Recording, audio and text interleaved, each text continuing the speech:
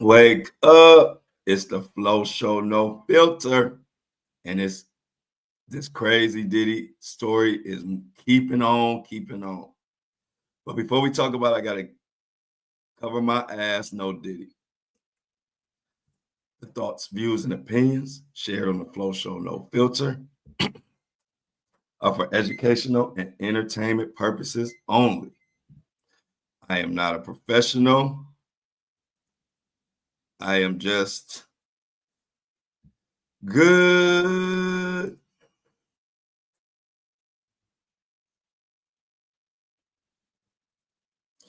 Ah, happy TGI Friday. Got a wild one for you today. A lot has been exposed as usual. Trying to get Facebook loaded up for us, guys. Give me a second. I'm hating this new thing that I have to do in order to get the Facebook group involved. I don't know what's going on with Facebook, y'all, but they're taking me through extra just to get them involved. But I'm gonna work through it. Where is it's like nerve wracking at this point. Y'all, this is what we got a lot to go over today. Be quite honest, a lot of what I called out has come true. It's gonna be a lot of I told you so's today. Just be prepared. I'm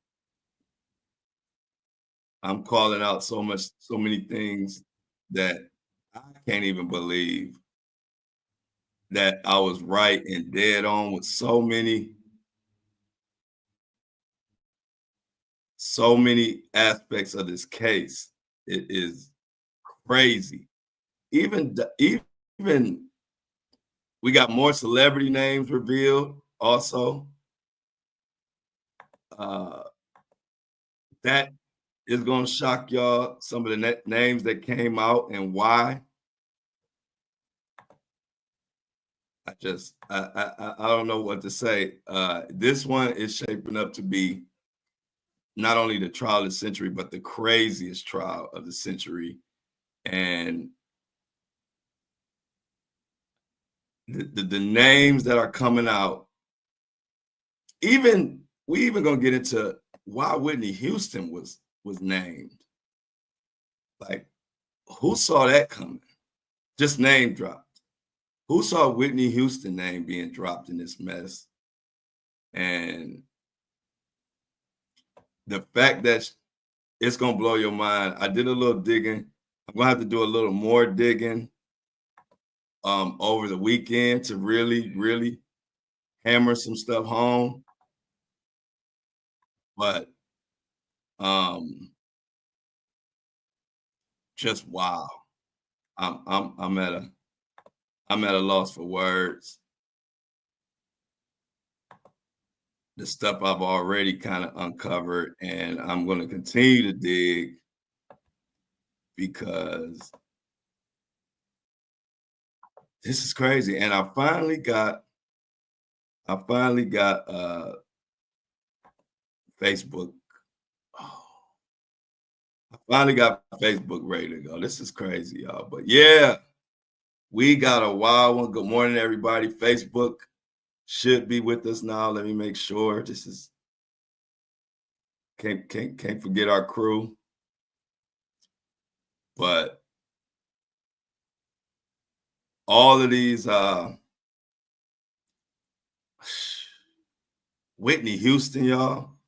And I'm gonna address all the people who are going crazy as if like Cassie, because she allegedly quote unquote admitted that she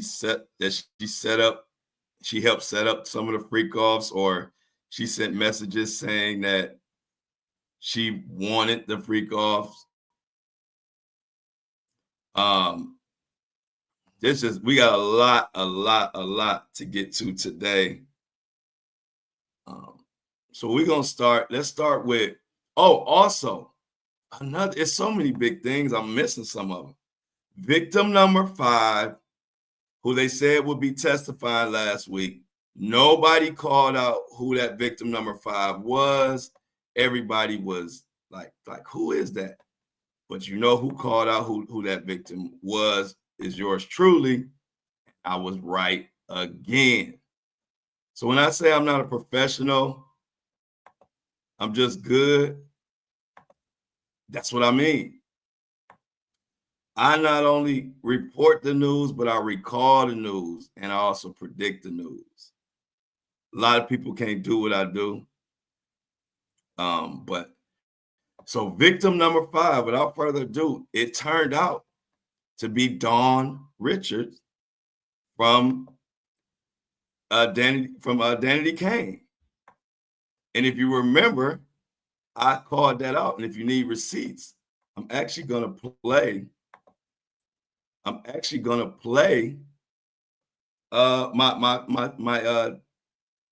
social media TikTok video where I called out not only her, but I also called out another surprise witness who has just been named to testify, Aubrey O'Day.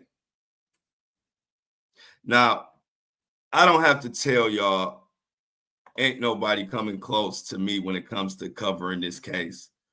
And I can tell by all of my podcast is blowing up even more. YouTube is doing well.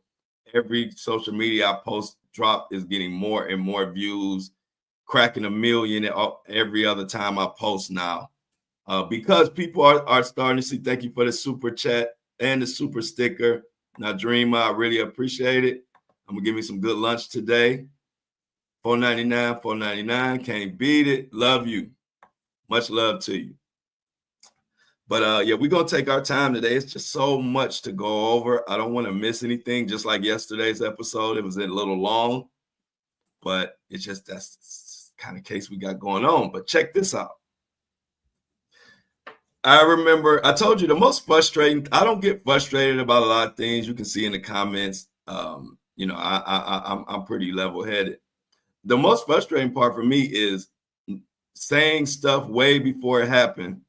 Victim number 3 is missing. We're not talking about victim number 3, but victim number 3 is not missing in danger, just not missing as in they don't want to testify. But anyway, the only thing that frustrates me is I call out stuff so early. Then I got to hear all these people who don't know shit, who don't do this for a living. Like, people don't realize I research all day. So when I say stuff, this is my job. I'm not just shooting from the hip. But anyway, the frustrating part is me having to wait and listen to people talk shit, and then everything I say comes true.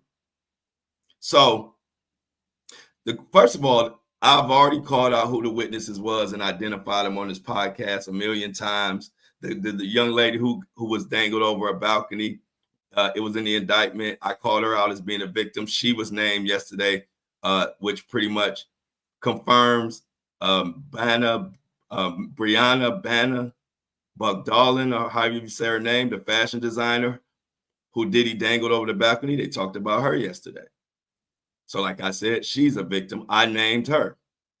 But when the questionnaire came out with all those celebrity names, I told people this is the blueprint for the victims and witnesses in this case. Then I had people who always, it's like, I think it's because I have such a natural delivery. I don't have no shirt on in my videos, and a combination of that, but they don't listen to what I say because it's a pocket of people who just swear they're smarter than me. And they have to come in the comments and they have to prove they're smarter than me. So when I said that the questionnaire was the blueprint to the victims and witnesses in this case, they would say, no, it's not. What do you don't know nothing about trials. The questionnaires is just to find out juries. Those questions don't mean anything. And that's the type of shit I gotta listen to. When I know for a fact, when they put those questionnaires together, they don't have these are the defense and prosecutors and judge all have a job to do. they don't have time to fuck around.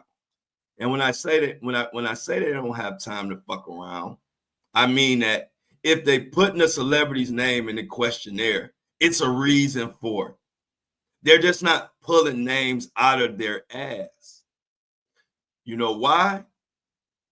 Because they need to find out if they put these witnesses or victims on the stand, they need to know without a reason, beyond a shadow of a doubt, that there is no bias from any of these jurors against said celebrity. I know that. That's common sense to me. But to the ones out there that it just kills them that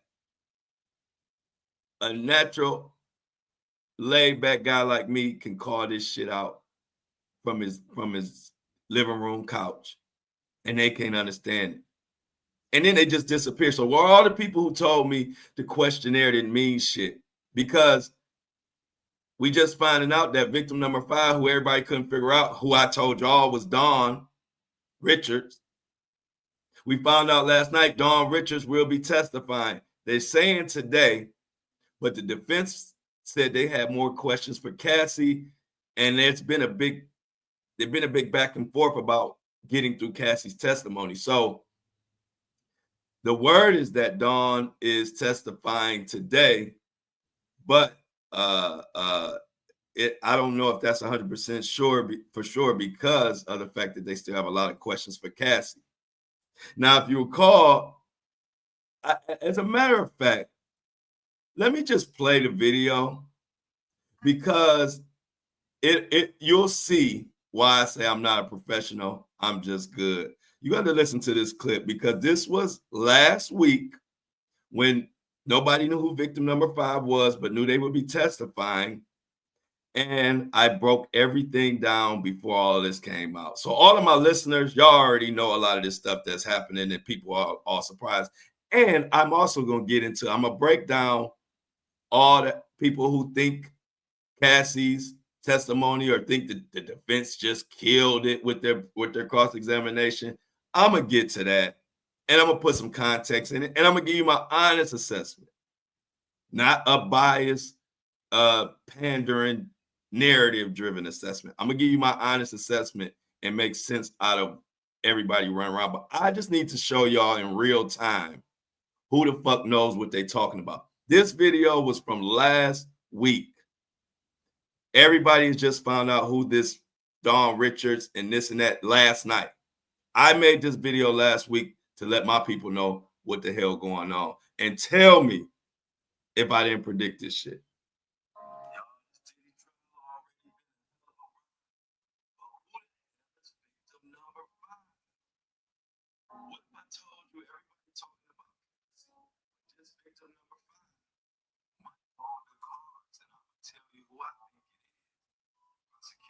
Pulled this out at the last minute.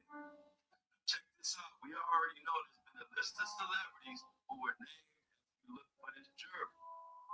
Some that stick out to me, of course, Cassie Ventura, Michael B. Jordan. We need to pay attention to Real Day, Lauren London, and somebody else on this list. And I'm going to get to that last person in a minute. Let's start with Lauren London. A lot of people don't know Lauren and Cassie were cool back in the day, in the Sean John days. And both of them hung out with Diddy. As you see here, that's Cassie up there, and Lauren London and Diddy. A lot of people don't know Cassie and Lauren were extra tight. And many believe, even after Cassie left Diddy, why would Lauren still be so cool with Diddy? I mean, it even led to more. Come on, man. Who the hell? Recently, when Kodak Black even spilled the beans, allegedly, that Lauren and Diddy were doing something together. And you gotta remember, even Nipsey was introduced to Diddy by Lauren. That's how tight Lauren and Diddy were. But when Kodak said that, Lauren London, she fought back and said, I'm a woman in grief. Stop messing with my name about Diddy. Check this out. More controversy was sparked when Diddy dropped this pic and said more lost files, calling sister. See, Lauren London even did Sean John commercials together. Wait, see Lauren London as a victim, but I could see her as a witness. The next person people are talking about is Ariel Day. Was around at this Cassie time as well. Now keep in mind, the jurors were grilled over Ariel Day and Lauren London, so they got something to do with it. But again, even though Aubrey spoke out a lot, blew a whistle on Diddy a lot of times, even to the point where Diddy tried to silence her by giving her a publishing deal, I still think Aubrey would be more of a witness, not a victim. And that brings me to who I believe could be victim number five. And victim number five will bring in this guy, Jimmy IV, as one of the witnesses to what was going on.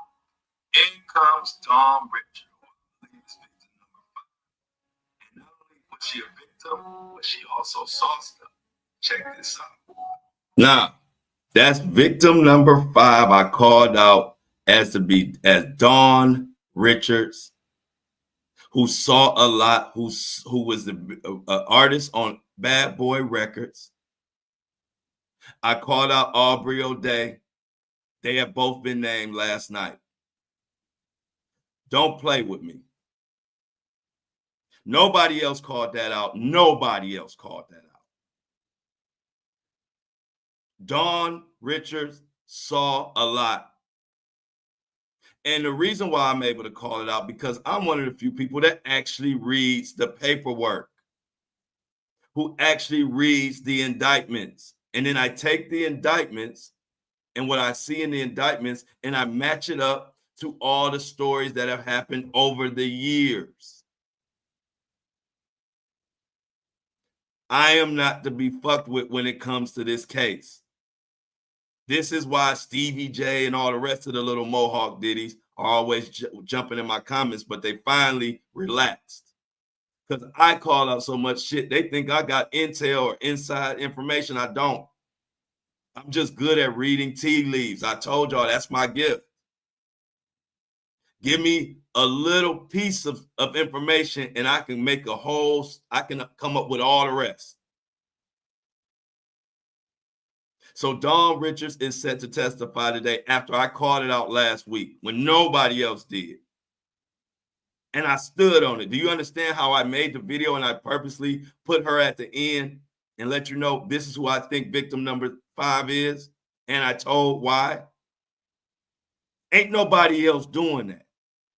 But like I said, the only frustration comes in, I call out shit, and then I got to hear everybody who just, they desire to be smarter than me for some reason. I don't get it. And I got to sit back and listen to all the dumb comments. Then when I'm proven to be right, they never come back around. So let's get into what exactly did Dawn see and what exactly is she going to testify about? And I'm going to get to Cassie, and I'm going to break that down after I get to this new information that broke last night. Dawn Richards not only was a victim of SA or some type of sexual harassment and all type of whatever from Diddy, but she also saw a lot. She also saw Cassie being abused. And she said not only that, record execs saw this abuse and did nothing about it. Jimmy Iovine being named one of them. Jimmy Iovine was the big dog at Interscope Records. And so Dawn named her. But we're going to get into some of the crazy. Dawn has witnessed some of the craziest instances, allegedly, that have went on. So if you want to know what's really going on in this case, make sure you following and listening and liking it, and make sure you tell your friends, because it's a lot of people who just saying whatever everybody else is saying, and that ain't gonna help nobody. I'm in my bag. I can't even believe all of this this stuff that I'm saying that come true. Like I said, we'll get to the lady who got dangled over the balcony. I called her out. Now she's been named. But anyway, BBC News says singer absolutely terrified of Diddy, lawyer says. Dawn Richard, a former member of two groups, Dirty Money and Danny Kane, is coming forward. Miss Richard is among more than 24 people who have filed lawsuits against him, against Diddy, that is. She talked about a violent atmosphere. She talked about things that Diddy did to her that was inappropriate, had her in fear for her life. And she talked about the things she's seen. Danny Kane's Dawn Richard sues Sean Diddy Combs for sexual assault and battery. Richard says in the lawsuit that she witnessed Combs physically abuse his former girlfriend, Cassie Ventura. Also, on numerous occasions, she saw Combs and his associates engaging in illegal drugs and sexual acts with underage girls. Dawn Richard is testifying today, time permitting. While the whole world found this out last night, if you follow the Flow Show No Filter, you knew this shit last week. This is why y'all tuning in to the right. Y'all tuning into this podcast for the real Diddy news. And like I always tell you, I don't have no sides. I just want to give y'all the information. And then I give you my opinion. I give you all the information so you can decide what you want to believe and what you want to not, what you don't want to believe. She goes on to say and then let me repeat that. She has knowledge of Diddy and his team, which is why this is a RICO, because it's about the whole team. I broke that down yesterday. Involved in illegal drugs and sexual acts with underage, you know what. Richards became associated with Combs in 2004 after auditioning for season 3 of his MTV reality show, Making the Band. Richards alleged that during auditions, he called female contestants ugly, fat, bitches, and more. Richards says during the production of the show and its subsequent years, she and her bandmates were forced to rehearse for up to 48 hours with no rest, no food. Richards says she lost a substantial amount of weight and began getting rashes from the microphone pack she wore on her back during filming. See, people got to realize at this point, these ladies are employees of Bad Boy Records. This is the equivalent of slave wages or slavery, when I mean in the sense of if you own a business here, you have a certain standard you have to adhere to when you have employees. This is why a lot of companies pay for their labor overseas, because you can get away with a lot of inhumane type of shit. Long work hours, paying nothing. But you can't do that over here. So when people look at this and think this is not a big deal, they don't own a business. And they don't know how this goes. You can't, I say again, in this country, you can't just do shit and because people don't have a choice or that people are trying to get paid and they do it quote unquote willingly, your ass can still be in trouble if it ain't right. And a lot of people don't understand that. So because a worker will work under horrible conditions and get treated horribly and all of the above, just because they'll be willing to do that, don't mean your ass won't get in trouble for it. Like I said, this is why we have laws in place. Let me continue. In one instance, Richard was exercising, and when they say Richard, Dawn was exercising on the beach and vomited. Instead of MTV providing medical assistance, crews filmed the incident and left her alone. Richard said she was diagnosed in 2010 with anemia, a low white blood cell count, and arthralgia, whatever, I can't even pronounce that word, or joint stiffness caused by overuse, sprains, and infections such as rheumatic fever and chickenpox.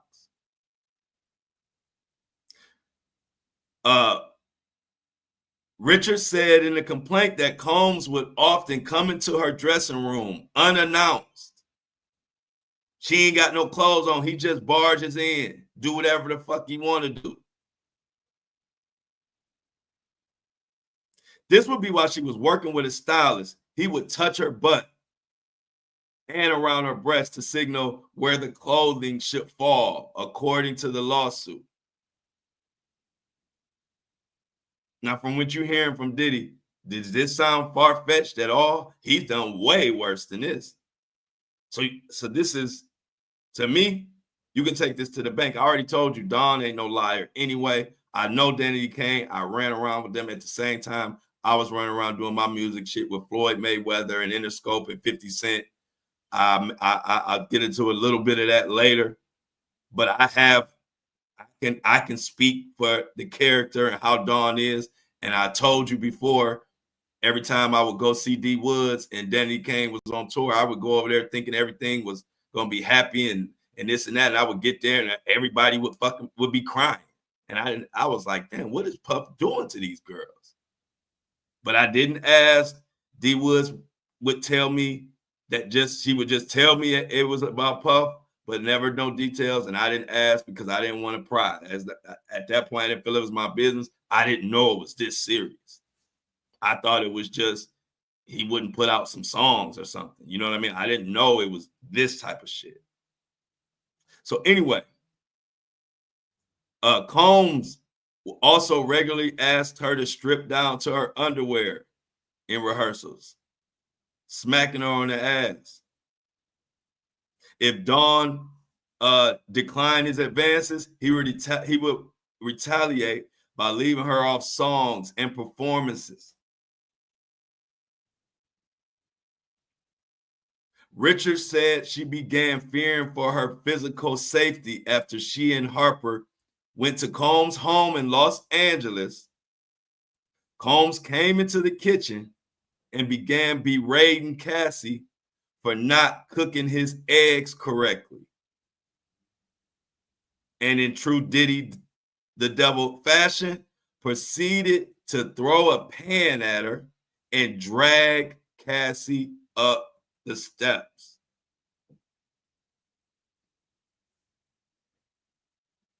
You understand how this lines up with everything we're hearing? We know he liked to throw shit at Cassie and throw shit at women. Here's another woman, Dawn Richards, who I will stand 10 toes behind her because I know Dawn's character.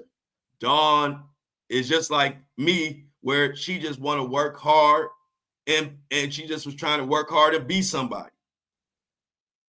She could have said this shit back in the day. They could have been telling me back in the day what was going on. They kept it under wraps. Why? Because we were all young people trying to make it, and it's so many sacrifices goes into being an artist. You don't want to blow it by blabbing your mouth. So if Dawn was somebody who just wanted to talk and tear somebody's name up, they would have been saying and telling me stuff back then because we were cool. I mean, really cool. I liked them. They liked me. We had a good vibe. And they never, despite every time I would pull up, D Woods wouldn't be crying, but all the rest of the girls would be crying and they would be off in their wherever area, whatever. And I'm like, yeah, I just could not understand it. Now I understand it. But let's continue on that story of Cassie being drugged up the stairs. Dawn goes on to say the next day, Combs allegedly bought Richard and Don Richard flowers and said what they had witnessed was just a lover's argument where no one was hurt. And then this is what's going to get his ass in trouble. He said, if you say anything, there will be consequences. He is saying this shit to young women, Dawn and them. I'm thinking they had to be early 20s at this point. We were all in our early 20s. If you say anything, there will be consequences. On another occasion, Richard, which is Dawn, alleges Combs pulled Cassie out of a van by her neck, pinned her to the ground, punched her in the face in the bathroom of a party, and punched her in the stomach at a dinner in front of several high-profile celebrities, including Interscope Records founder Jimmy Iovine.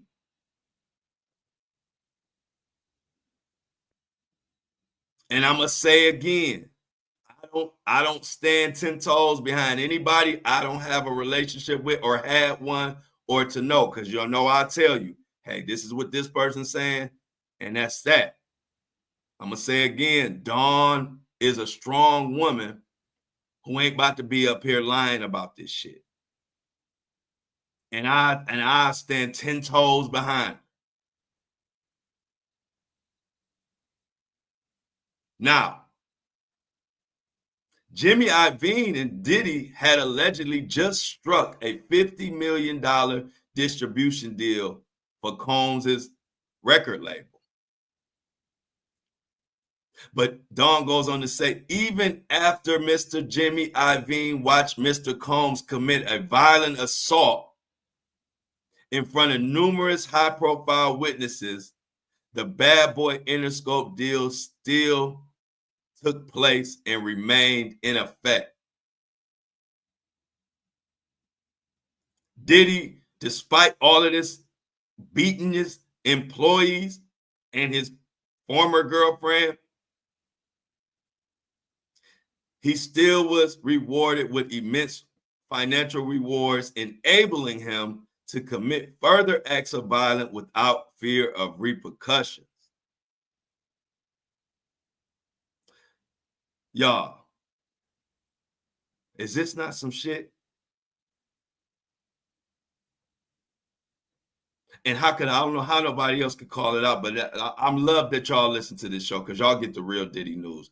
And we just getting started in this episode. We just warming up. I ain't even got to Cassie and the breakdown so I can dispel a lot of the bullshit going on with people, what they're saying about the defense cross-examination, giving them way too much credit.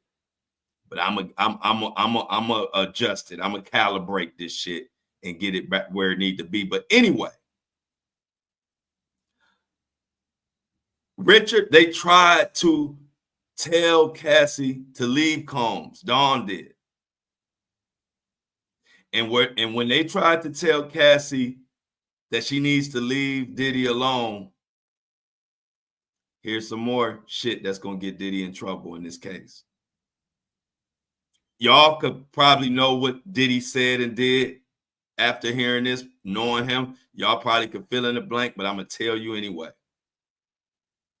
Dawn said she was met with a litany of threats from Diddy, such as, do you want to die today? And I quote, I end people. I end people. So to the assholes out there saying, why didn't they just say something? Why didn't they do this? Why didn't they do that? Do I need to give you a list of all the mysterious deaths surrounding Diddy? And not only that, now you're talking about a barely 20-year-old woman who has this man who has been caught up in all type of mysterious deaths around him, telling you if you say something, do you want to die? That might be a reason why people didn't say shit at this time.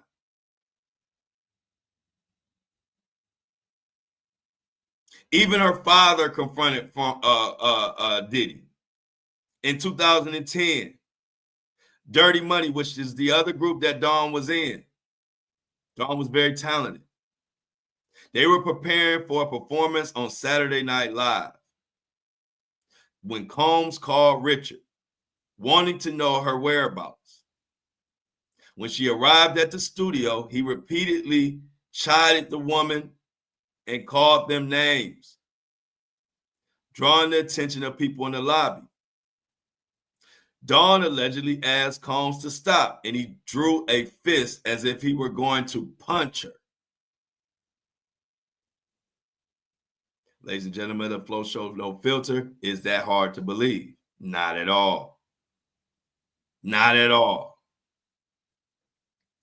Combs' bodyguard stepped in and escorted Dawn out of the studio and into a car. Do you know Dawn could not get out of that fucking car? She was locked in that car for several hours. The only thing that saved her from probably having a fucking panic attack and passing the fuck out was that she had her phone and was able to call her father. Her father then had to drive from fucking Baltimore to New York. That's why she was in the car that long. It took him a few hours to even just get there. He threatened to call the police on Diddy, who allegedly told him, think about your family. Think about your daughter's career. After the SNL performance, Combs allegedly told Dawn, you don't call your dad unless you're in the hospital.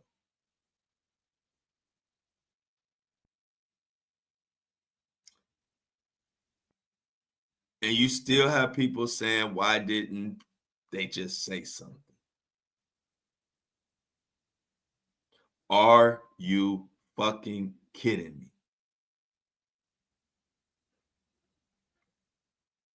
Maybe they didn't want their whole family disappearing behind this monster. Maybe they didn't want to be killed. Maybe that's why they didn't say anything. Maybe they just was trying to stay alive and pursue their music career.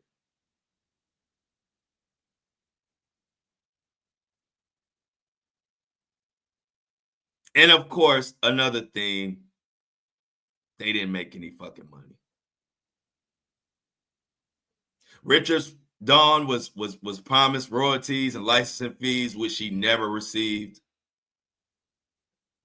Dirty Money, the group that she was in with Diddy and another young lady, grossed and sold millions and millions of sales. Richard estimates she was owed about $1.2 million. I keep saying Richards, but that's Dawn. And about $350,000 or more in performances. She never got none of that.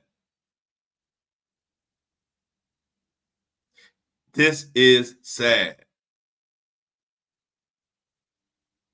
This is sad. And I say all that to tell you, she will be testifying today.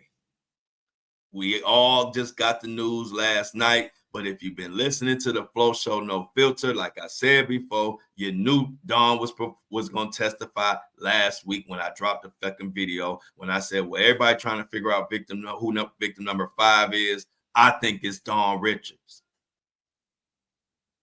And in that same video, another person who I said I believe will be a witness was Aubrey O'Day. Aubrey O'Day was also announced last night. Aubrey O'Day was another woman from Danity Kane who is set to testify. And do you want the receipts? Because one thing about Flo, I'm good. But see, I went to a good school and I'm fortunate enough my mom and dad did whatever they had to do to put me in one of the top schools as I grew up. And one thing that shout out to Shaker Heights High School in Shaker Elementary School. They took a guy rough around the edges who they believed had talent. I don't know why all those teachers gravitated around me and pushed me. It used to piss me off. And they pushed me and they pulled stuff out of me that I didn't even know I had. Y'all, I wouldn't be the storyteller. I wouldn't be the journalist I am today if it wasn't for Shaker. So make sure, if you can, the school that you put your kid in, it will change their life. I'm just being honest about that. I had so many teachers wrap their arms around me when I didn't know how to write a fucking essay to save my life, but they would tell me, you got the talent. You just need to structure it and learn the fundamentals and learn the hook and learn the intro and a body and a conclusion and blah, blah, blah. I'm like, what the fuck? Anyway, one thing that school taught me is we always had to source our shit, or they would threaten to give you a plagiarism and damn near kick you out the fucking school. If you wrote papers and didn't source where your shit came from, oh, they call that plagiarism, automatic fail. And if you did it too many times, your ass will be out of Shaker. But I thank them for that, because to this day, that's why when I tell y'all shit, it's just automatically in me. I got to source it to an article. So it ain't me just shooting from the hip. So we're going to talk about Aubrey O'Day will take the stand in Diddy trial, coming from US Weekly or Us Weekly, whichever way you want to call it. I've heard people say both. Former Danity Kane singer Aubrey O'Day is set to testify in this high-profile trial. A source confirmed that she was subpoenaed and has traveled to New York City to testify sometime this week or next week, which it's not going to be this week. It would have to be today. So I'm really sure it'll be next week. She said it's nerve-wracking, but she's ready. She's not backing down. She wants justice for everyone, the insider said, hinting that O'Day has a project in the works that will be about the Diddy trial. See, what the problem that Diddy is running into now is all of the women, all of these women that he took advantage of when they were little bitty girls, they have all grown into to be strong, intelligent women. And it only takes one. It only took Cassie to finally stand up and say, look, I'm ready. I don't care if you're going to put all my nasty news and videos out. I'm standing up to your bitch ass. And once Cassie did that, and she was not scared of, Diddy was holding video footage for blackmail and all of that. Once Cassie finally stood up and said, fuck you, I'm standing up, all of these strong women who were itty bitty babies when Diddy was running ramp shot all over them, they all grown to be strong women, and they all uniting and testifying, standing up, and I'm happy to see it. And I'm going to amplify the message on every freaking platform that I got.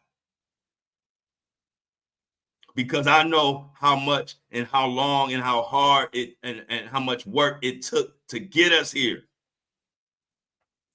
See, the motherfucker, I've been there. Like I told y'all, that's the one difference between me and a lot of these other people covering this. I was around this shit. I was with Floyd Mayweather and 50 Cent when 50 Cent was the hottest motherfucker in the rap game.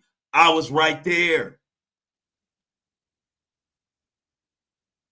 So I seen it all, done it all, and I witnessed a lot of this shit. So when people say, why didn't nobody say nothing? I was there to know why they didn't say nothing. Because you had a lunatic like Diddy who not only used threats and was petty and would blackball and would do whatever he could, but he had receipts to back up and show you, I've done it. I've ended lives. I've ended careers. So if you're a little kid and you might have, for example, me, you might have been grinding and sacrificing for 3 to 5 years, not getting a nickel, trying to become a rapper or a singer. and you finally get your break after 3 to 5 years of nothingness, and you finally get your break, and then you see Diddy slap somebody on the behind, you gonna run and tell? And then not only would it not have any effect because he had the law in his pocket, he had the industry in his pocket, he had the world in his pocket. So not only did you know, where everybody has common sense, not only do you know telling is not going to lead to shit, the only thing that telling at this time was going to lead to was your ass being blackballed, and that would be the best thing to happen to you. Not if not blackballed, your ass could be dead. So to everybody that out there that say, well, why didn't they say nothing there? I don't believe them because they didn't say nothing. Kiss my ass. I'm going to just say it flatly like that. You wasn't there. So instead of saying, why didn't they say nothing? I don't believe them. Ask somebody who was there why they didn't say nothing. It wouldn't have done anything at this point. But now, guess what? His ass locked up. The truth has been exposed on his bitch ass. And so now people are standing up and telling these horrific stories. Aubrey O'Day was telling these stories for years and nobody listened.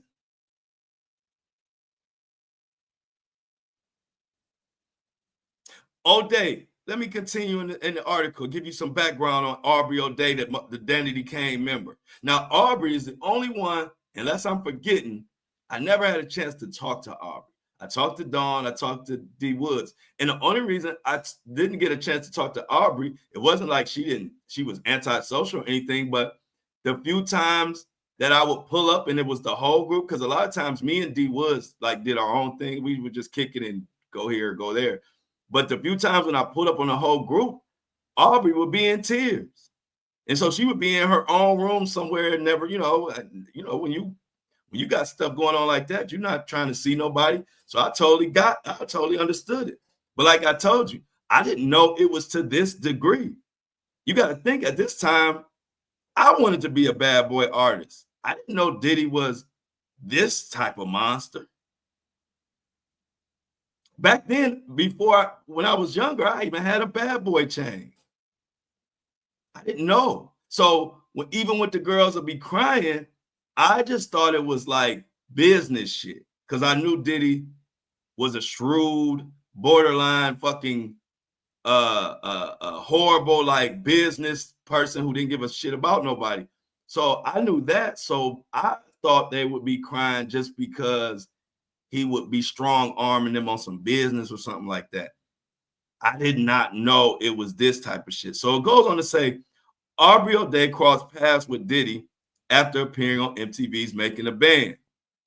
She became a breakout star who was signed to Diddy. She had always been outspoken about the past experience with Diddy over the years, and more recently spoke about the big shift in her life as these allegations came out. She said everything is very chaotic. She said there were many harassment situations.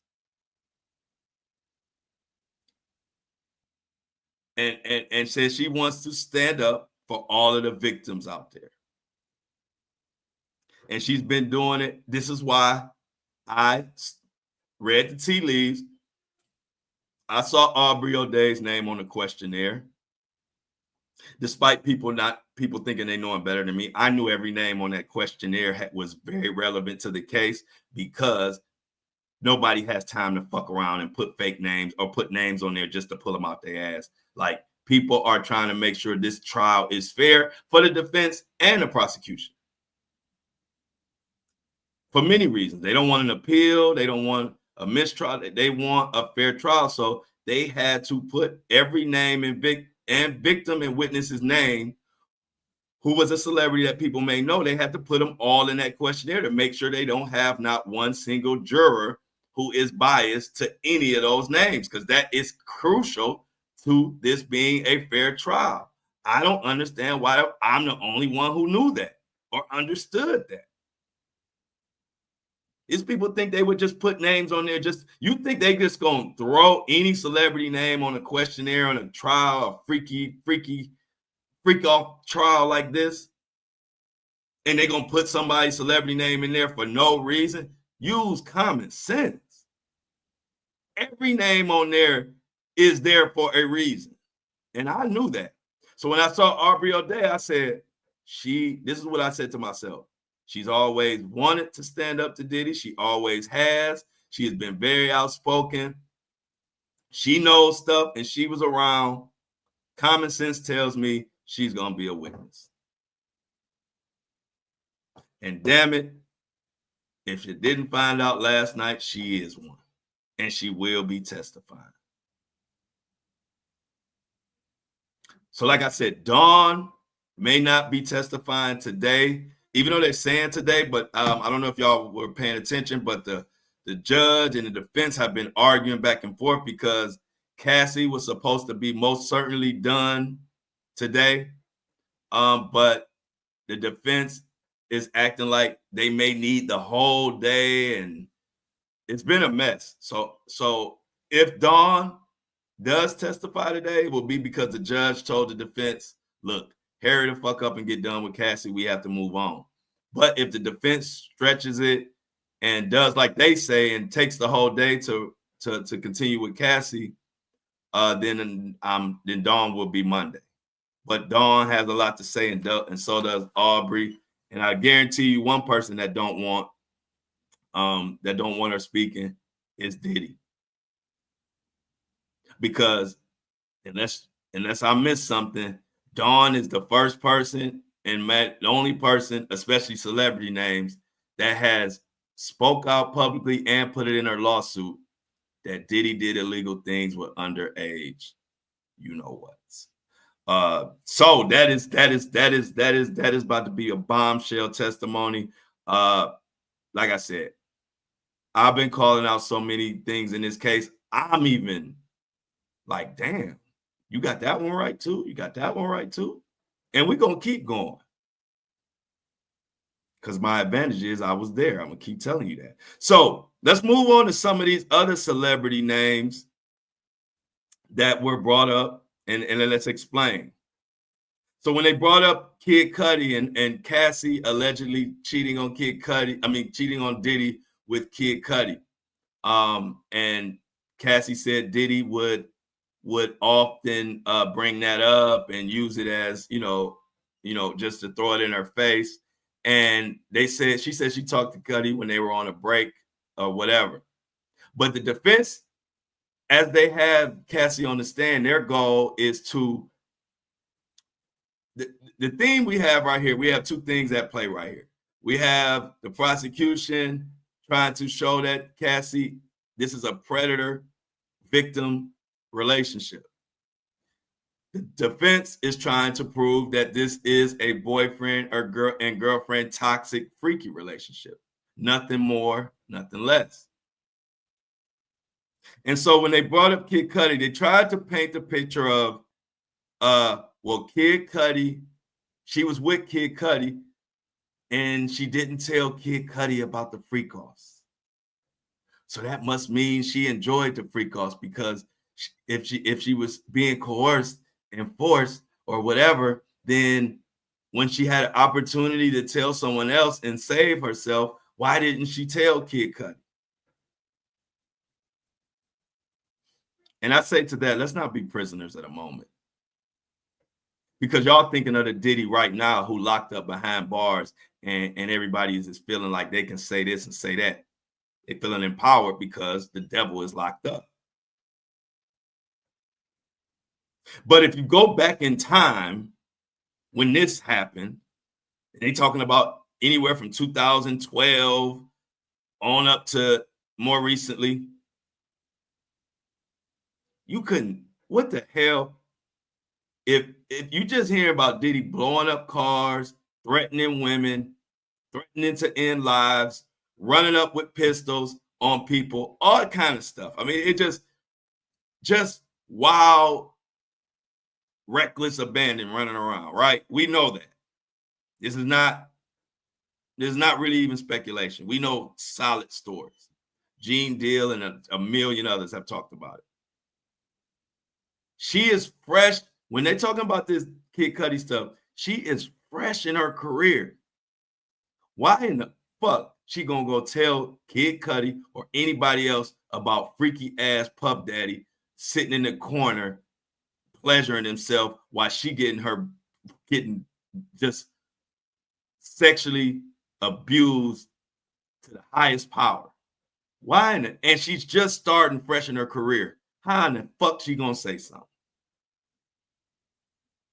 If she gonna say something, she might as well have left the industry, left everything, and went into witness protection. That's the only way she could have said something and felt safe.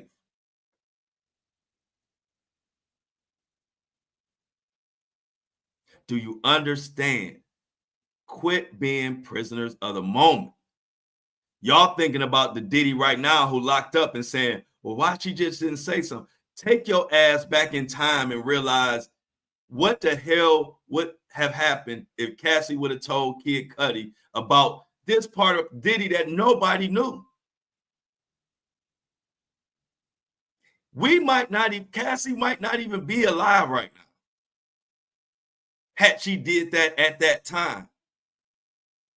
Because all it takes is Kid Cudi to tell somebody, and this happened. Now, next thing we know, not now when Diddy locked up, we know this. We would know this in 2013, 14 when he was on top of the world, and we'd be like, he watching dudes and he's getting semen rubbed on his nipple. Like, come on now. Think. So then they went on to talk about the jealousy and said that Kim Porter, Diddy's or Diddy's child's mother, the mother of the twins and the other daughter, the mother of the twins, and they said Kim Porter would leave freak-offs, and that would make Cassie jealous, and she admitted it. They said, Mike, another thing that we predicted on this show, Michael B. Jordan, when Cassie was filming Honey Part 3, a movie, and I think they were filming it in Africa, Diddy was jealous, saying that Cassie was in an affair with Michael B. Jordan. That's where his name came from. But guess what? Another victim was revealed because they testified that at the same time, I guess in retaliation of Diddy thinking that Cassie was messing with Michael B. Jordan, Diddy posted a pic on his social media or something with Gina Hung. If you recall, I told you Gina was a victim number 3, I believe. Well, her name just came up as Diddy messing with her and using Gina to make Cassie jealous, which is everything we talked about. And if you know, Gina Hung has been missing. She was set to testify, and then all of a sudden she's been disappearing, and we can't get in contact. They can't get in contact with her or her lawyer. Did Diddy get to Gina? Was she offered hush money? Because 1 minute she was all ready to testify. I even believe they have sworn testimony, because I don't think they would even have added her if she didn't have sworn testimony. They wouldn't add her as a victim. But 1 minute she's ready to testify, and the next minute she's not. But we told you on this show that Gina Hung was victim number 3. Another one we got right. I told you today's theme is going to be Mr. I told you so. I'm sorry. But I get to do this when I have to be patient and sit back and hear everybody talk shit about I don't know what I'm talking about. And I can't say nothing because I got to wait for everybody to catch up. Well, it's everybody catching up now. So I'm going to keep making it be known. I'm going to give today I'm giving my own self my flowers today. Because y'all got to believe, y'all got to understand, this is about 4 or 5 major things in this case that I have predicted And I've had to listen to people say, I didn't know this, I didn't know that. And I just have to wait for stuff to come out. And now I waited. Now I'm going to talk my shit. I haven't had to, I normally work off the phone and the iPad. So much shit to talk about today. I got the old school paper and pen out. Matter of fact, I couldn't find a pen. I wrote in crayons. I don't even know how the fuck we had crayons around this house, but I found some crayons. But anyway, another name that got dropped, and I ain't gonna go into too much detail of this because I want to do a deep dive on this. But Whitney Houston. Now, when Cassie, when they had her on the stand, they start talking about an instance with a crayon.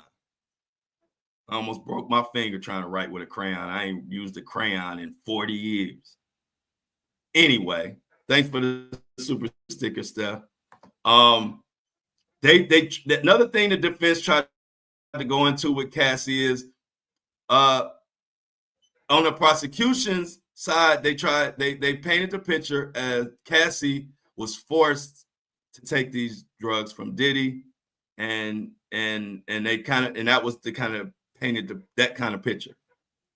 So the defense tried to paint the picture that Cassie was doing this on her own, and that Cassie would she wanted to get the drugs on her own. It wasn't Diddy making her. So they would bring up the fact that in 2012 they were doing drugs with or whatever, and Diddy actually had an overdose, I believe out in Cali. But when they asked Cassie about it, she said something that made my antenna go up. She said, "Are you talking about the same night that Whitney Houston died?" And then she went on to say, "Yeah, Diddy, I wasn't there, but Diddy had said that it was a super strong opioid or whatever type of drug." I'm not a drug expert, y'all, so excuse me on that. I don't deal with all that at all. I'm scared. I don't want to do none of that shit. So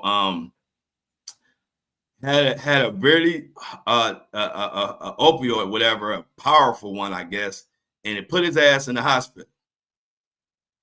But I said to myself, what is the odds of Diddy going to the hospital for an overdose the same night, in the same time, around the same area or whatever that Whitney Houston died of? I think it was supposed to be an overdose. And, we don't believe that. And I got to thinking, y'all know Ray J and Diddy are thick as thieves, especially back then. And Ray J was also dating Whitney Houston or whatever they were. And we also know that is almost common knowledge, but I'm gonna just say allegedly because I haven't seen any solid proof. But Ray J got Whitney her drugs. He was like he was the middleman to the drug person. So I'm thinking, what if Ray J was supplying Diddy and Whitney and gave her some bad stuff? I'm not, like I said, I got to do a deep dive, but my antenna's going off on that. And I also feel like there's a slim chance that Cassie said that on purpose.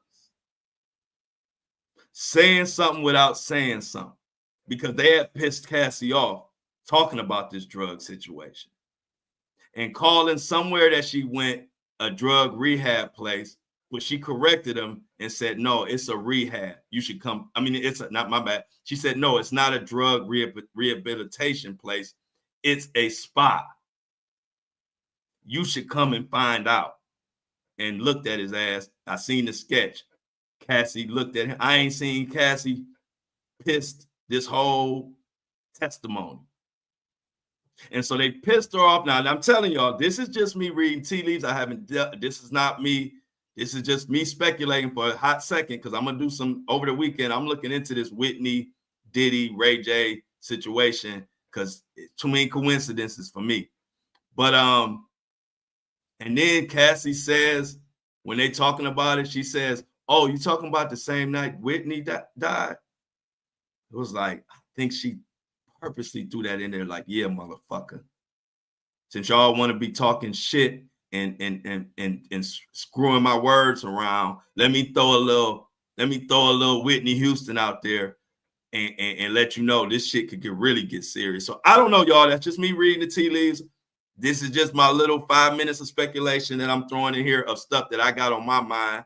I will do more deep diving over this over the weekend, though, because another thing is why we never knew about Diddy overdosing the same night Whitney died. Wouldn't that be something we would know? If Whitney allegedly died of an overdose, and then Diddy, the biggest mogul at that time, also was in the hospital for overdose, why the fuck we didn't know? Why are we finding that out 20 years later? So I'll be deep diving into that over the weekend. Look for me to, if I come up with something, because I don't bring it unless I come up with solid evidence that I feel good about. If I come up with something, I will bring it to the show Monday. If I don't see any possible connection or anything to it, I'll let you know. Like I didn't really find much, y'all. So we'll wait till Monday on that.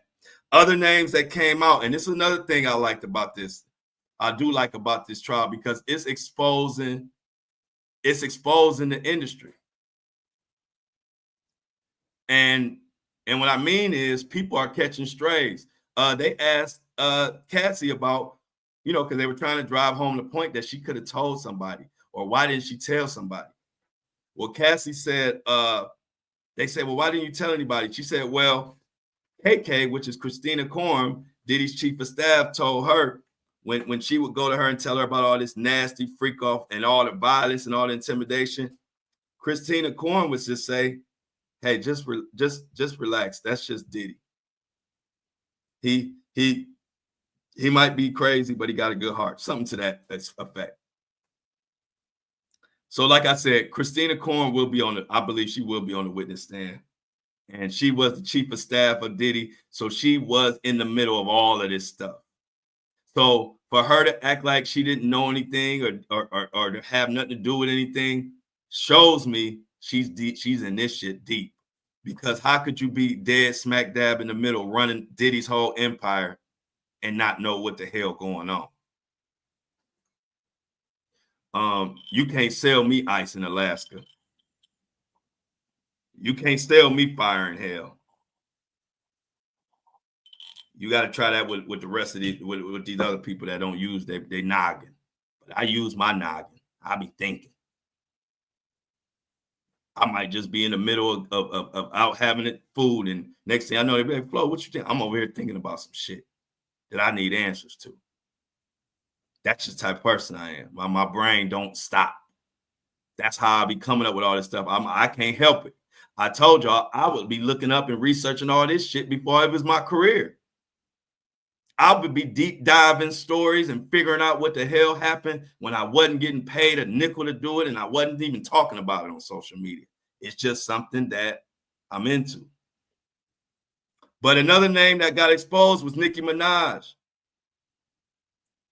Cassie said she asked Nicki Minaj for help or assistance in all of this madness. She said Nicki Minaj told her, just mind your business and focus on your career. A lot of women would die to be where you at. So she caught it straight. But it's just showing what type of industry and how far it went. The industry, I mean, how far the industry went to conceal this crap. And I like it. I like that it's getting exposed, and people who aren't even necessarily close to the case are also getting exposed because it further shows why people didn't say shit. Because even when you dibble and dabble in trying to say something, you get met with like you're the problem for bringing it up. Y'all should see this purple crayon I wrote with. This shit look crazy.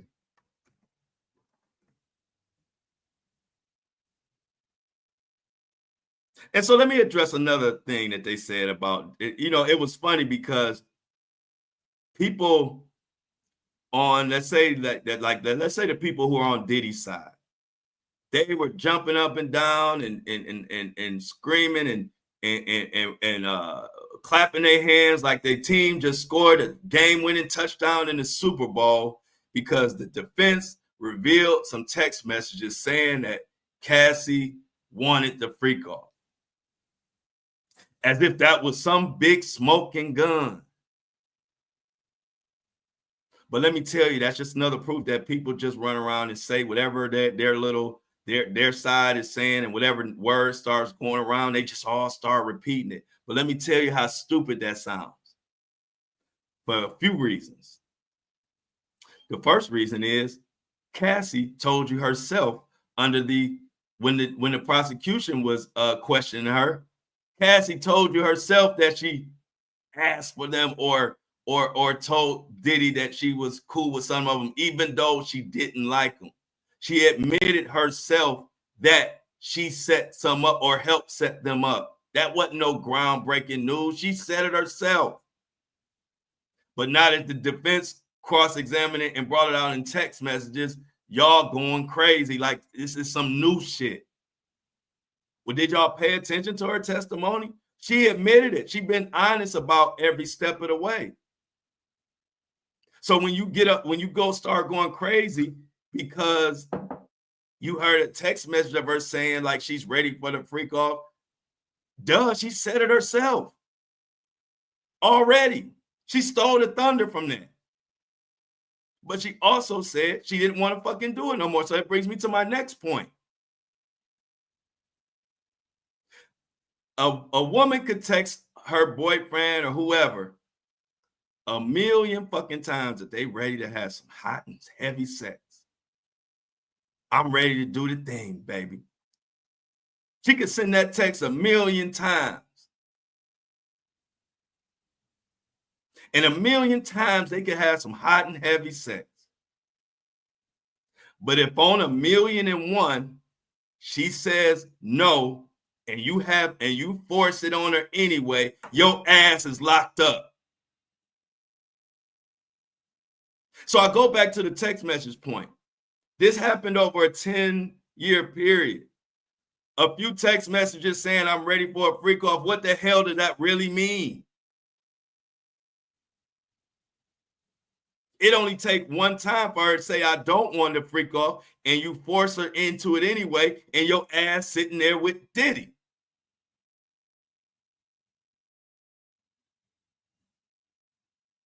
And so I'm only bringing context to the many people and to people that are saying stuff that you just don't really get it.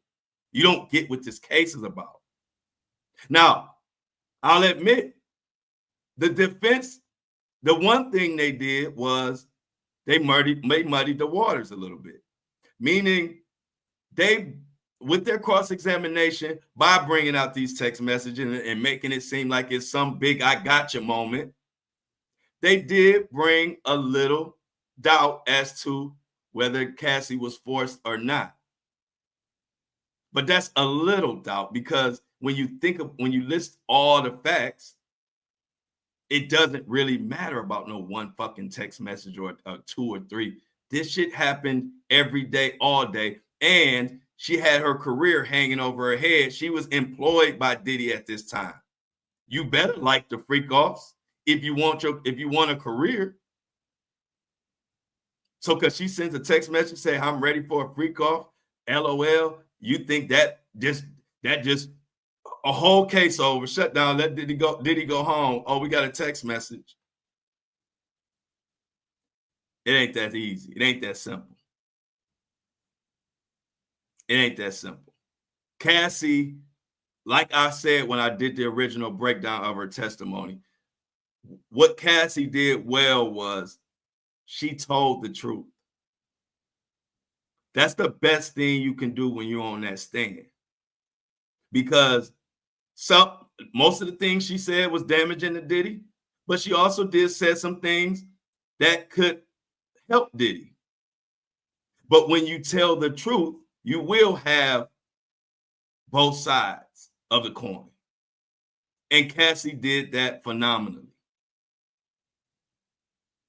I told people it was kind of like Eminem, if you remember the old school movie 8 Mile, when the guy was ready to say all the crazy stuff. They had a little rap battle, and the guy was ready to say all type of crazy stuff to Eminem, and he let Eminem go first. And Eminem listed all the crazy and embarrassing things that happened to him and all the fucked up things he went through and all the bad news about him. He said it all himself and shut it down. Then gave the guy the mic when it was his time to battle rap. He didn't know what the hell to say. Cassie did the similar thing. She said all of this. She was honest about it. And she was honest about it because it doesn't matter if she sent some text messages or said I wasn't ready for the freak off, because the whole point is she was allegedly forced and coerced into this shit. Do y'all know what that means? It means you better like the freak off or your ass grass. I have your career in the palm of my hand. Not to mention in the other palm of my hand, I got freaky, nasty footage of you that if you don't do what I say, I'm going to put out and destroy your career.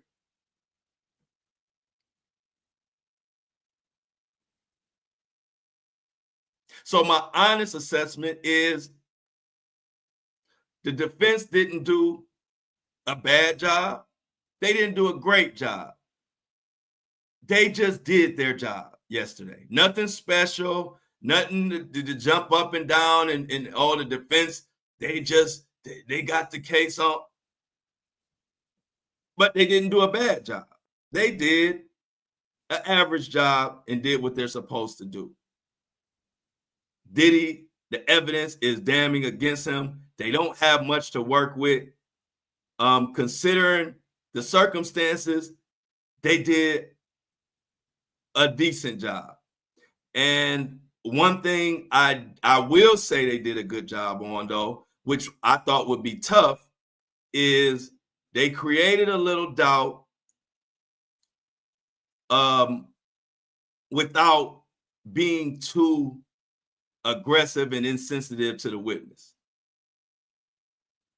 I thought they would be a lot more aggressive, meaning a lot more degrading or just more aggressive, and I thought that would get them into trouble. But they actually were, with the questions and with the given the circumstances, the defense actually didn't really. I wouldn't say they were too raunchy. I guess that's the best word I can come up with. Like they weren't really too like I thought they would be.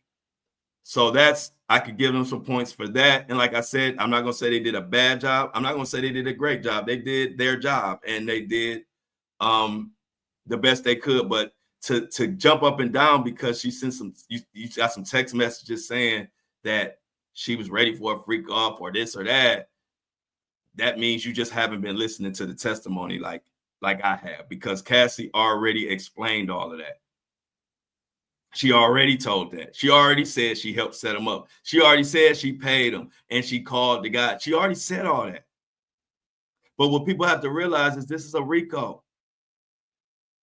A RICO goes from the top down. It don't matter who actually who actually put the money in that person's hands or who actually made the call.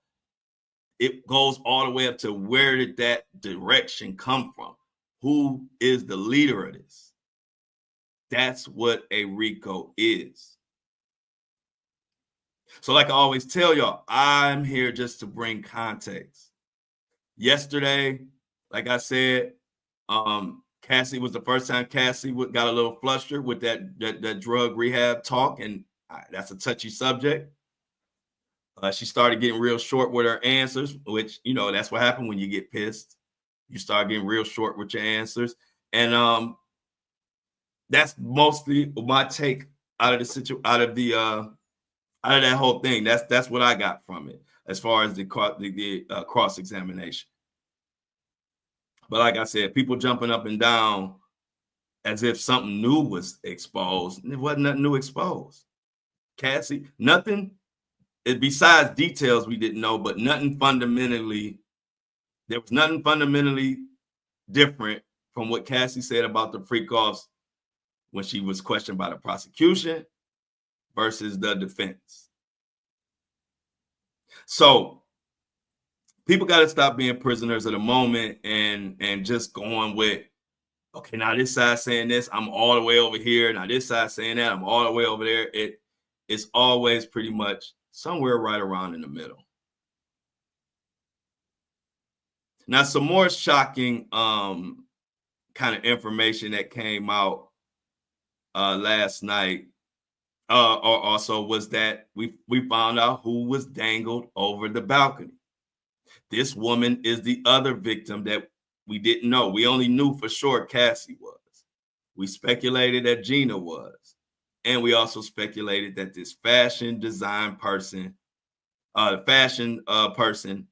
Banna Brianna, she met Diddy through Cassie.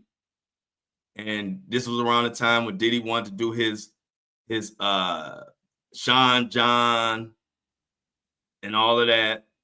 And so they hooked up and was supposed to be doing some fashion stuff together. And next thing you know, she's being dangled over a balcony by Diddy the Madman. Now, she has been revealed, and you can look forward to her testifying. And she has horrific story to tell. I'm going to give you a little bit of that. And a surprising word from Justin Bieber. And we got to talk about that. But this fashion design person whose name was brought up, and let me give you some context of why her name was brought up. And she was brought up to Cassie. This is when she was dangled over a 17th, up from the 17th floor, she was dangled over a balcony. And when she was brought up, let me give you the exact quote. This is crazy, y'all. This is just exposing the industry and how many people knew and didn't do shit. And just to drive home the point that this is why people didn't say anything. Combs' attorney said to Cassie, "You told Mrs. Combs that you learned only after the fact that Mr. Combs had dangled Miss Bongolan off the balcony?" Cassie said, "I'm not sure." And then the attorney said, "You were on drugs?" She said, "I'm not sure." Attorney said, "You got a life coach for your drug use?" She said, "I don't know who that person is." She said, Combs' attorney said, "You were doing a lot of drugs?" Question mark. She says, "It was a rough time." And that's when he said, "You tried to get into a rehab, the Golden Door?" And she said, "It was a spa. There was a time I lost all sense of smell and taste and woke up in the hospital with an IV in my arm. I tried to get help. But the Golden Door was a spa, not a drug rehab place. You should come and find out." But I say all that because that little bit of testimony right there also told us another victim that we speculated is the Bogolivan or whatever, the fashion design lady. And so it's not speculation anymore.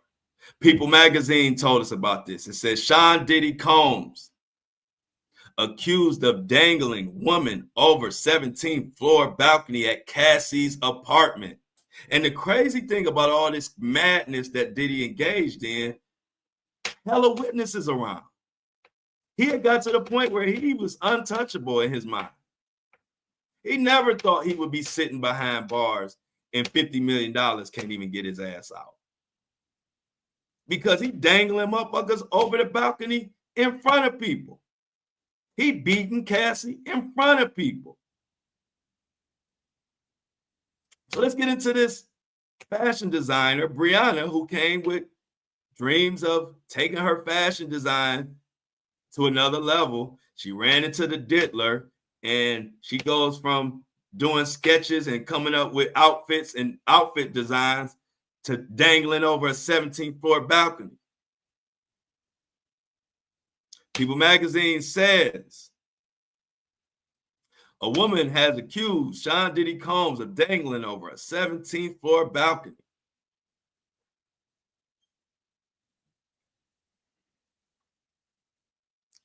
Brianna Bongolan, who first befriended Cassie while they worked together in 2014, claims that while she and her then girlfriend were sleeping over at the singer's apartment in September 2016, Combs approached her on the balcony after loudly entering the apartment in the early morning.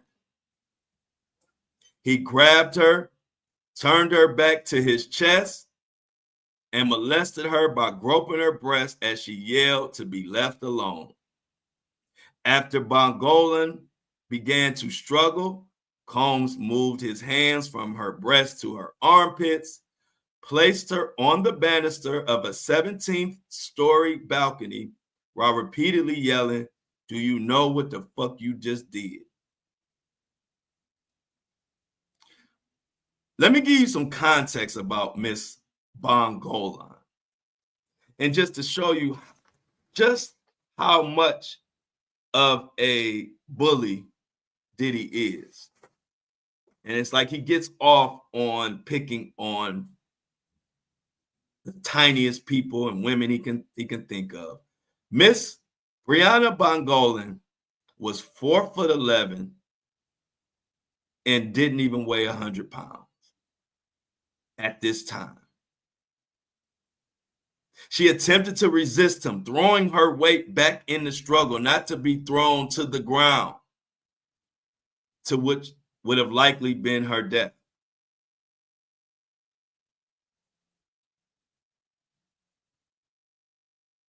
This is insane.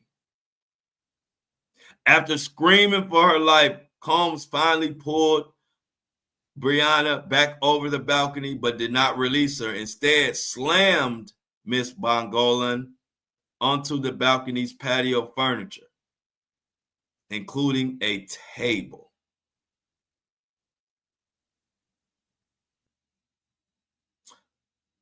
Bongolan also claims she observed both disturbing signs of an abusive relationship and actual incidents of abuse between Cassie and Combs,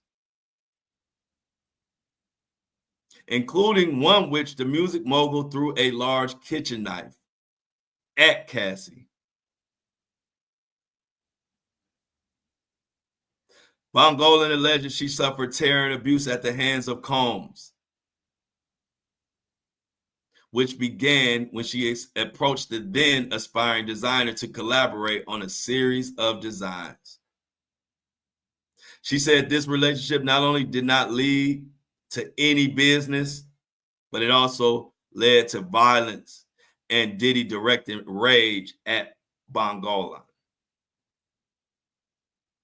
The fashion designer cited several instances, including a trip in which Combs became aggressive and forcibly fed her a drug she now believes was ecstasy.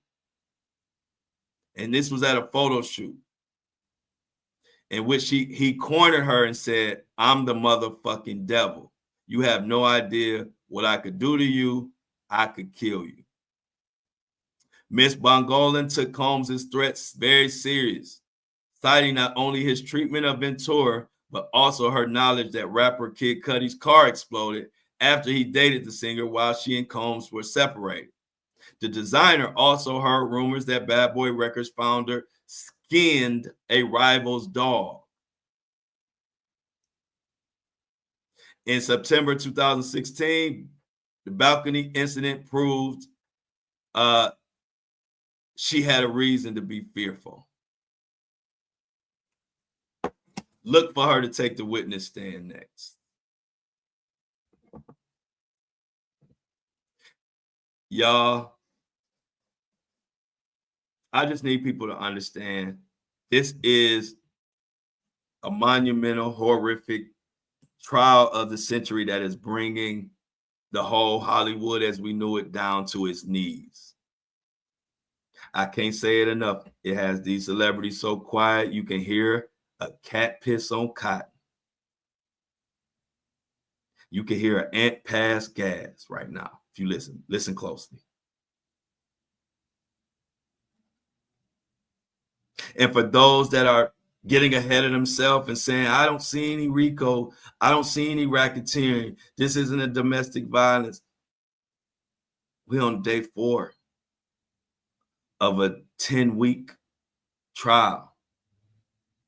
The feds is building, they are building a case.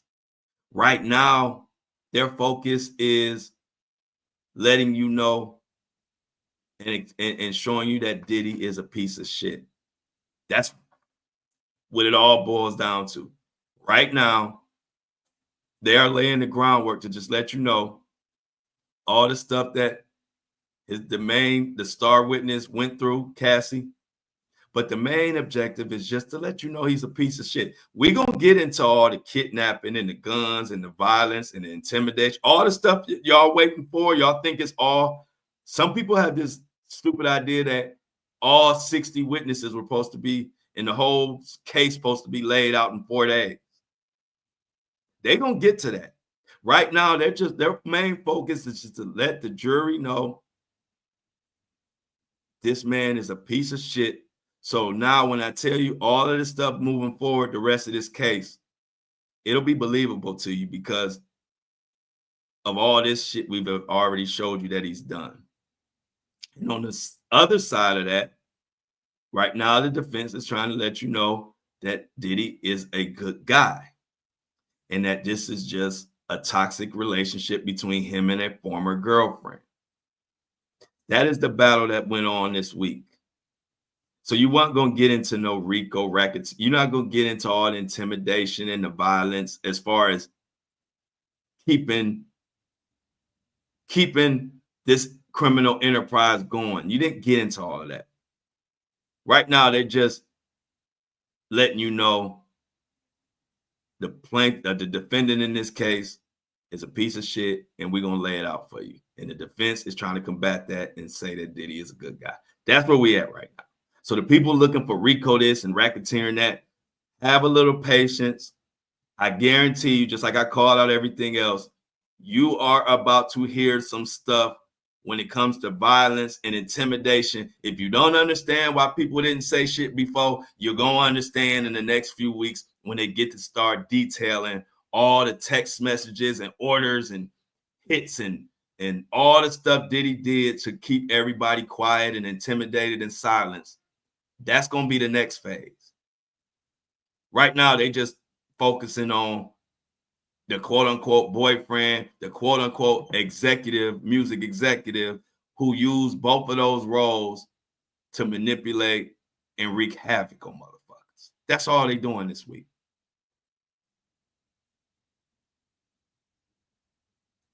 And right now, I said it's Friday. I'm gonna list all the subscribers and all the people that make this podcast possible. Then I'll give you my final thought on what happened so far and what to look out for today. As maybe Dawn Richards, they're saying she's gonna testify today, so they may push Cassie's forward. But I got a little tidbit to tell you about right after I thank everybody who's making this possible. All of the subscribers. Now today, I am going to list all the Diddy VIP people real quick. And if your name isn't called, go ahead and reach out to me. I'm going to be updating this list all of this week. I won't be leaving till 2 weeks from today or a week and a half from today or something like that. So you got time, but I just want to list these names. These are the ones that actually were able to do it through the subscription. And I got some of the people who DM me directly, but listen to this list. If your name isn't called, please reach out to me on Instagram and Facebook, because all of over the weekend and through next week, I'm going to make sure this list is hammered in. And so that once we do those lives and all of that, you won't be missed. So what I have is Courtney, Tina Humphrey, Courtney Proctor, Mary,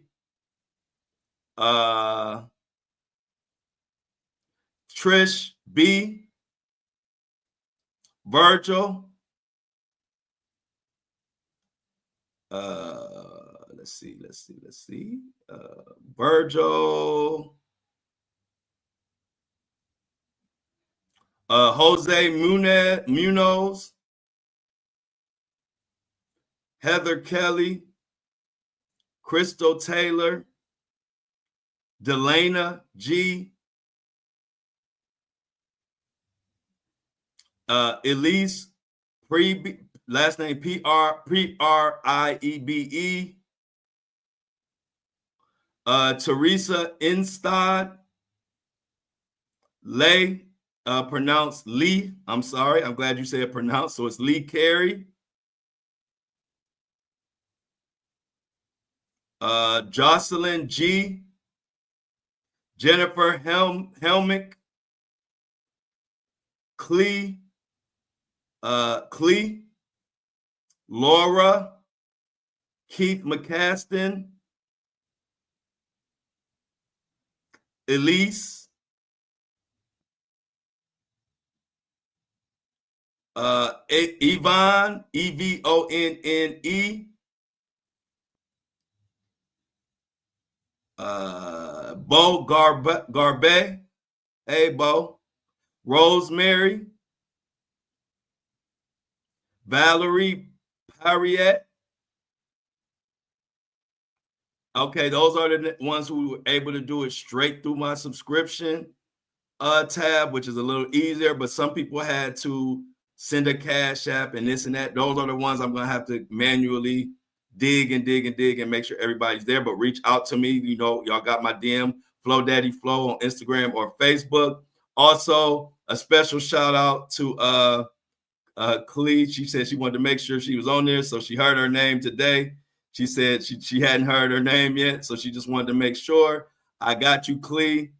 And some of the people who actually reached out directly on my socials, I collected some of those, and those are Matos, Yari, I got you, Courtney, got you, Clee, Lee, got you, Denise, Marie, Mrs. Crystal, Erica, and that is it. But if your name wasn't called, don't fret. I'm going to continue to dig through. Some people who reached out to me on Facebook, it is harder to search. On Instagram, I had a keyword that I used on everybody's one, so it was easy to find those names who needed it.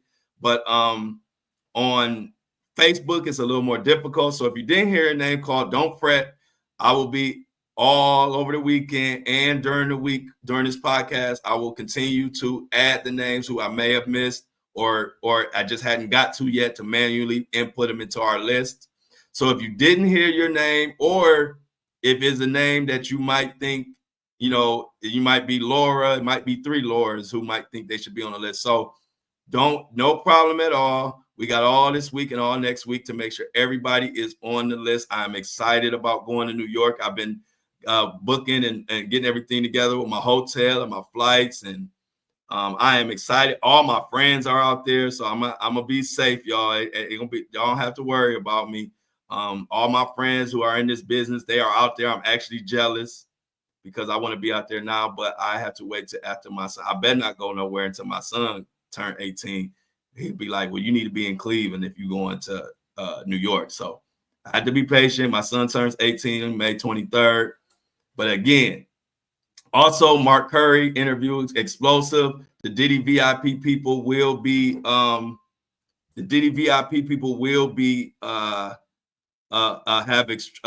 streaming. I will be streaming the interview live, so you get all the behind the scenes, me and Mark Curry's conversation, all of that. Also, I know y'all. I'm gonna get to the recap of Cassie in a second. I know y'all like, come on, but I cannot not list the new subscribers too. Lisa Ghetto. I don't know if it's pronounced Ghetto or Guido, but Lisa, thank you for the subscription. She did a $3 subscription, and I really appreciate it. You know, I gotta shout you out. Every dollar counts, and every dollar is going to get my ass out of New York. So the more people that subscribe, the more VIP members, the more trips I'm gonna take to New York. So every dollar count. I'm investing everything and going out to New York and getting every bit of information. Oh, and a lot of people ask me about interviewing Jaguar Wright. If I go out to New York, if I run into Jaguar Wright, I will ask her for an interview, and I'm pretty sure I'll get it. You know, I have a way with people. They know my heart, and they know I'm very passionate, and they know they can trust me with an interview, and I won't do anything, you know, to make anybody look bad on purpose or anything like that. So I heard your calls. I hear everybody saying, hey, Flo, you need to get an interview with Jag. We would love that.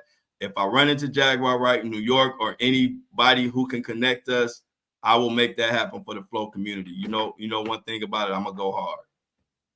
So my final thoughts today, like I said, reach out to me if you are on the Diddy VIP and you didn't hear your name. But anyway, final thought today, they're supposed to finish up with Cassie. Matter of fact, if she might be taking a stand any second now, if she isn't already, and we'll see if Dawn Richards takes a stand today. I don't know if she's gonna have time, but if not, she will definitely be on the stand Monday. Other than that, everybody enjoy your weekend. I appreciate everybody, the breakfast crew, for joining me every day at 7:30 a.m., giving you the best Diddy trial coverage out, bar none. I appreciate everybody rocking with me. Ain't nothing else to say but bye.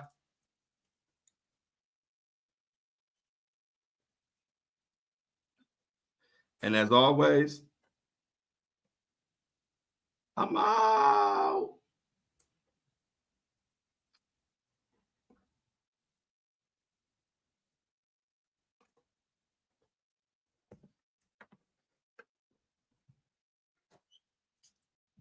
Hey, yo.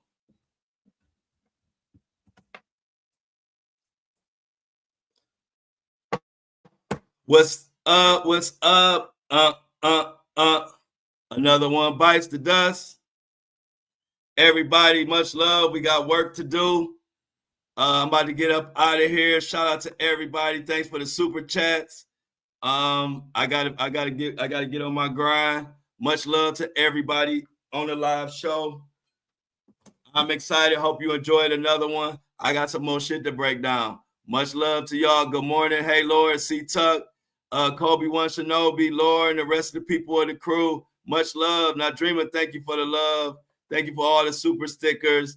Thank you for supporting this trial. I got a major update coming up today. Look out for my update tonight around 6 p.m. I've been dropping my updates every day. I don't know. This is a wild one, y'all. But if you want to get on the Diddy VIP list, y'all know where to go. Go straight to go to the show notes. Look for the Buzzsprout subscription. Get a $23 subscription, and I will add you to the list of the exclusive coverage as I take my ass out to New York. Much love to all of y'all. I love y'all. From here to the moon and back. Peace.